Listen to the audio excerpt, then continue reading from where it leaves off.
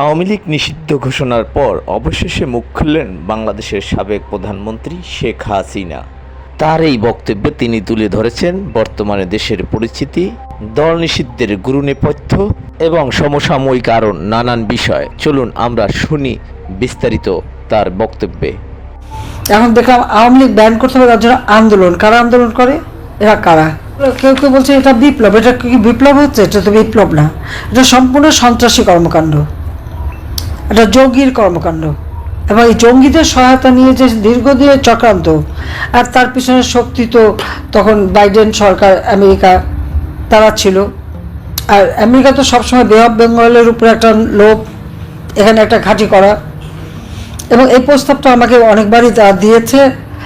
আমি দেশের এই কোনো জায়গায় কারো ভাড়া দিয়ে আমার ক্ষমতা থাকতে হবে, এই নীতিতে আমি কখনো বিশ্বাস করিনি। কারণ স্বাধীন সার্বভৌম দেশ সকলের সাথে বন্ধুত্বপূর্ণ সম্পর্ক নেব, অন্য দেশকে ক্ষতিগ্রস্ত করার জন্য কাউকে জায়গা দিতে হবে, বা আমার দেশের মাটি ব্যবহার করে আর কেউ অন্য জায়গায় ইনসার্জেন্সি অ্যাক্টিভিটিস করবে, এটা কিন্তু আমি সম্পূর্ণ বন্ধ করে দিয়েছিলাম। কিন্তু আজকে দুর্ভাগ্য হলো আমরা কি দেখছি, এখন মানবিক করিডোরের নামে আমাদের দেশটা যেন লিজ দিয়ে দেওয়া হচ্ছে।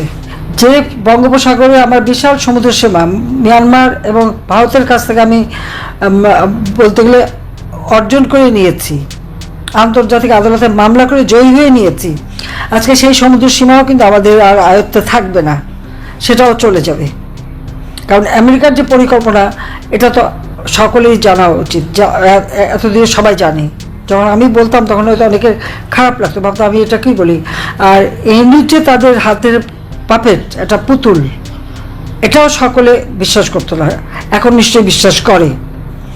কারণ আমাকে ক্ষমতা থেকে হটানো, বা ক্ষমতা থেকে হটানো মানে কি, আসলে উদ্দেশ্যটা ছিল 15 আগস্ট আমার বাবা মা ভাই বোন সবাইকে হত্যা করেছে, আমি আর রেহানা বেঁচে গিয়েছিলাম।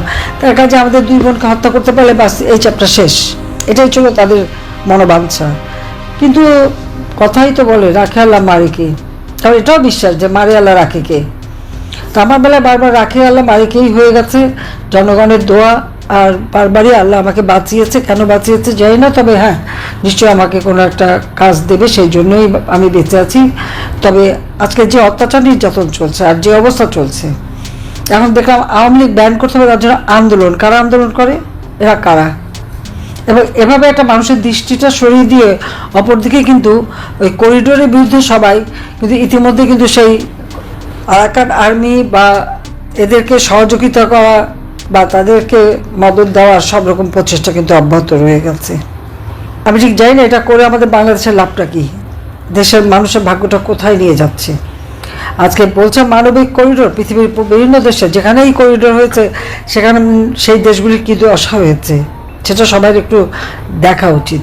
আর এখন যেটা যুদ্ধ অবস্থা সৃষ্টি করতে যাচ্ছে, এতে আর কিছু হোক, হয়তো ইউনূস সাহেবের ক্ষমতায় থাকার সুযোগটা বাড়বে এবং সেই সুযোগটাই নেবে।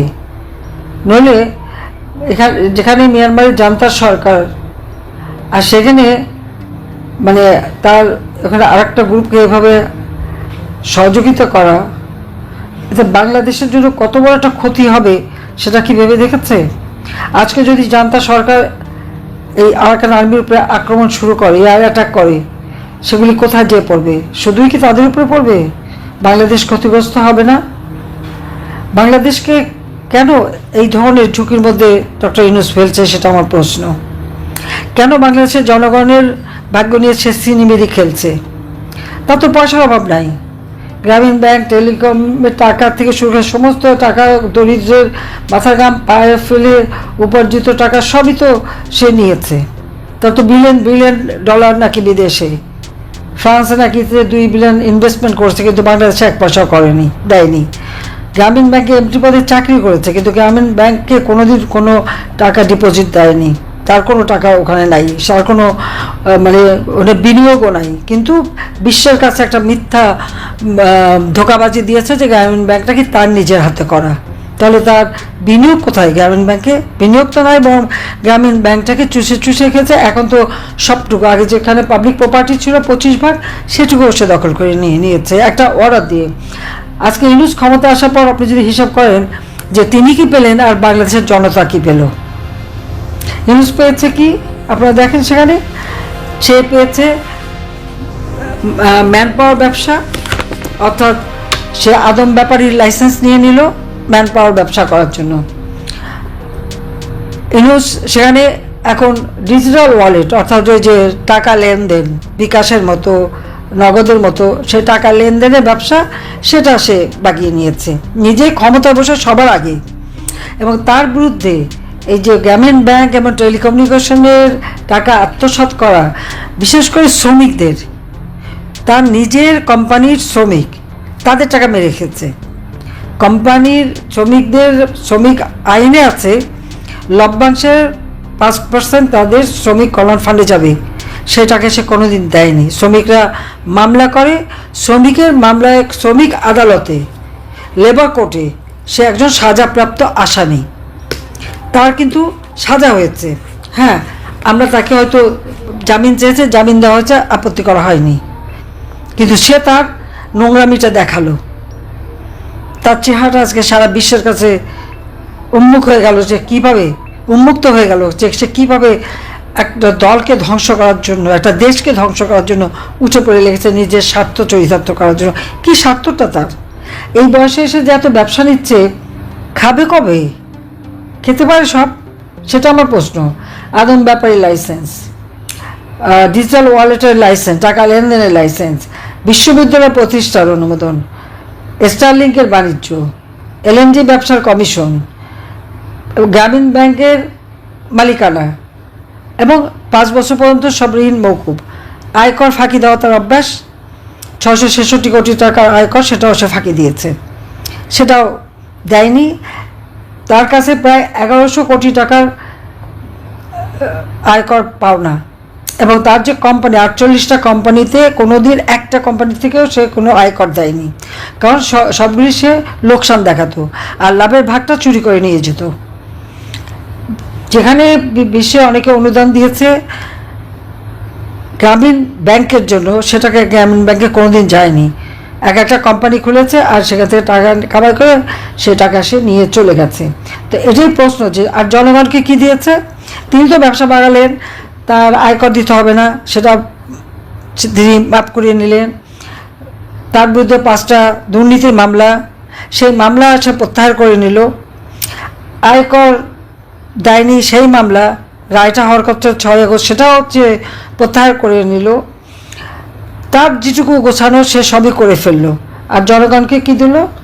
সারা দেশের মানুষকে চরমভাবে সে অশান্তি দিয়ে রাখছে। ডাকাতি, চুরি, ছিনতাই প্রতিদিনের ব্যাপার। মহিলা বাইরে বেরোতে ভয় পায়, কারণ সে তো ওই জঙ্গি এবং সন্ত্রাস করেই তো ক্ষমতা এসেছে। এখানে কোনো বিপ্লব হয়নি, এখানে কোনো অভ্যুত্থান। আর সেটা তো ডক্টর ইউনূস নিজেও বলেছে। বিল ক্লিন্টন ফাউন্ডেশনের অনুষ্ঠানে যে বললো, তো এটা ছাত্ররা জানতো না, এটা জনগণও জানতো না, কোনো নেতা ছিল না। তার মেটিকুলাস ডিজাইনের মাস্টার মাইন্ড দ্বারা এই আন্দোলন করে সে শেখ হাসিনাকে ক্ষমতা থেকে সরিয়ে ক্ষমতা দখল করেছে। কি সম্মানের ব্যাপার! সে ডাকাতি করে, সন্ত্রাস করে, ক্ষমতা দখল করে উচ্চস্বরে কথা বলে। লজ্জাশরম বলেও তো একটা কথা থাকে। আমি জিজ্ঞেস করি, ডক্টর ইউনূস সাহেব, আপনার যে এত বড় বড় কথা, এত বিদেশি বন্ধু, তা আপনি মুখ দেখান কিভাবে? আপনি তো সন্ত্রাস করে ক্ষমতা দখল করেছেন, জনগণের ম্যান্ডেট নিয়ে আসেননি, সাংবিধানিকভাবে ক্ষমতা দখল করেননি বা আসেননি, ভোট করে জিতে আসেননি, এসেছেন জঙ্গিদের সহায়তায়। তার মানে বাংলাদেশটা এখন জঙ্গির দেশ, সন্ত্রাসের দেশে পরিণত করেছে। সাধারণ মানুষের জীবনের শান্তি, নিরাপত্তা সব কেড়ে নিয়েছে। আর এখন এটা তারই মেটিকুলাস ডিজাইনের অংশ।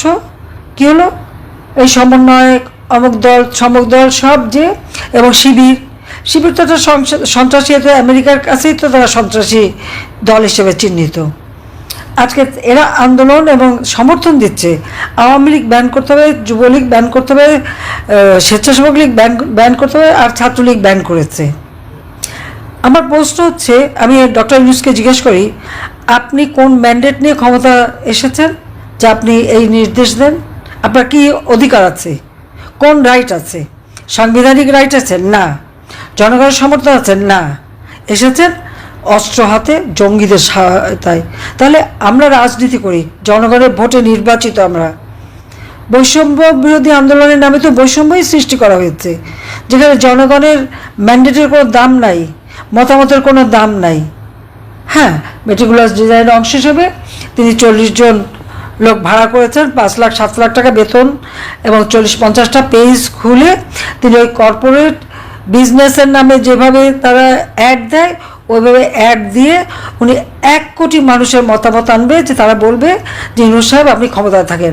যান না গ্রামে গঞ্জে, যান না সাধারণ মানুষের কাছে বা চাকরিজীবীদের কাছে, কয়জন আপনাকে হ্যাঁ বলে যে আপনি থাকেন? কেউ বলবে না। বলবে বাবারে এখন আমাদের ছাড়ো, এই যন্ত্রণা আর দিও না, আমরা শেখ হাসিনার আমলেই ভালো ছিলাম, আওয়ামী লীগের আমলেই ভালো ছিলাম, সেটাই বলবে। সেই কথাটা এখন পছন্দ হচ্ছে না, সেই জন্য এখন শেখ হাসিনাকে হত্যা করতে পারলেন না, এটাই দুঃখ। আর 2 বোন ক্ষমতা মানে আমাদেরকে খতম করতে পারলে সে খুব খুশি হতো, যে জন্য আমার আওয়ামী লীগের নেতাকর্মীদের রক্ত ঝরাচ্ছে, মিথ্যা মামলা দিয়ে দিচ্ছে। আমাদের মহিলা আওয়ামী লীগ, যুব মহিলা লীগ, সেই মেয়েদের পর্যন্ত গ্রেপ্তার করছে। ছোট বাচ্চা বুকের দুধ খায়, সেই বাচ্চাকে ফেলে দিয়ে গ্রেপ্তার করা। 3 বছরের বাচ্চা সহ মাকে গ্রেপ্তার করা, কুপিয়ে মেরে ফেলা, ছেলেকে পেল না, অ্যারেস্ট করতে পারলো, মাকে কুপিয়ে মারা, আগুন দিয়ে মারা, বাবাকে মারা, চরম অসভ্যতার মতো ব্যবহার। আর এই ছেলেপেলেগুলি এত বেয়াদবের মতো ব্যবহার করে, তাদের ঘরে মা বাপ নাই। কি শিক্ষা দিয়েছে মা বাপ? শিক্ষকদের অপমান, তাদের গলায় জুতার মালা পরানো, তাদেরকে জোর করে মানে পদত্যাগ করানো থেকে শুরু করে এগুলো ধরনের কথা নাই না বলে। এই একটা জেনারেশনকে এইভাবে চরমভাবে মানে তাদের কোনো ভদ্রতা না, শিক্ষা না, এটিকেট না, কিছু শিখলো না, শিখলো চরমভাবে বেয়াদবি করার দুর্বৃত্তায়ন। তো এই জাতিকে কী পাবে এদের কাছ থেকে? ভবিষ্যতে কী পাবে? লেখাপড়ার পত্র বন্ধ, লক্ষ লক্ষ ছেলে মেয়ে আজকে লেখাপড়া করতে পারছে না, পরীক্ষা দিতে পারছে না। কি আওয়ামী লীগ করে কেন বা মুক্তিযোদ্ধা কেন? লজ্জা করে না এটা বলতে? এই লাখো শহীদের রক্তের বিনিময়ে এই স্বাধীনতা এসেছে, মুক্তিযুদ্ধের মধ্য দিয়ে স্বাধীনতা এসেছে। এই স্বাধীন সার্বভৌম রাষ্ট্র গঠন করে দিয়ে গেছে যারা, তাদেরকে অবমাননা করা, 32 নাম্বার পুড়িয়ে বঙ্গবন্ধুর নাম মুছে ফেলবে, সেটা পারবে না, কোনোদিন পারেনি, কেউ পারবে না। আজকে মুক্তিযুদ্ধের স্মৃতি মুছে ফেলা, আর যারা আমাদের পরাজিত করেছিল, মা বোনদের ক্যাম্পে নিয়ে দিনের পর দিন অত্যাচার করেছে, গণহত্যা চালিয়েছে, দিনের গ্রামের পর গ্রাম জ্বালিয়ে পড়ে ছাড়খাড় করেছে, তাদের সাথে গলায় গলায় ভাব। চমৎকার! কোন দেশে আছি আমরা? জঙ্গি, সন্ত্রাসী, যুদ্ধাপরাধী, বঙ্গবন্ধুর হত্যাকারী, এরাই হয়ে গেছে এখন তার ক্ষমতার আধার। এখন জনগণ তাদের নাবিশ্বাস উঠেছে, এখন জনগণ চিৎকার করে বলে যে ইউনূস তুই কবে যাবি, আমরা কবে মুক্ত পাব? সেটাই হচ্ছে কথা, যে এই জঙ্গি ইউনূসের অত্যাচার, নির্যাতন, আর তার ওই ম্যাটিকুলাস ডিজাইন, আর তার ওই চালা চামুন্ডাদের হাতে সারা বাংলাদেশ জিম্মি। কিন্তু জনগণের কাছ থেকে বিচ্ছিন্ন করতে চায়, সে বিচ্ছিন্ন করতে পারবে না। আমি জনগণের জন্যই আছি, বাবা মা ভাই সব হারিয়েছিলাম, এই বাংলাদেশের মানুষকে আমি আপন করে নিয়েছি। এই বাংলাদেশের মানুষের মাঝেই আমি খুঁজে পেয়েছি আমার স্নেহ, ভাইয়ের স্নেহ, মায়ের স্নেহ, বাবার স্নেহ, তাদেরকে আমি আপন করে নিয়েছি। কাজে তাদের জন্য আমার জীবনটাকে উৎসর্গ করেছি। সবাইকে ধন্যবাদ। জয় বাংলা, জয় বঙ্গবন্ধু, বাংলাদেশ চিরজীবী হোক।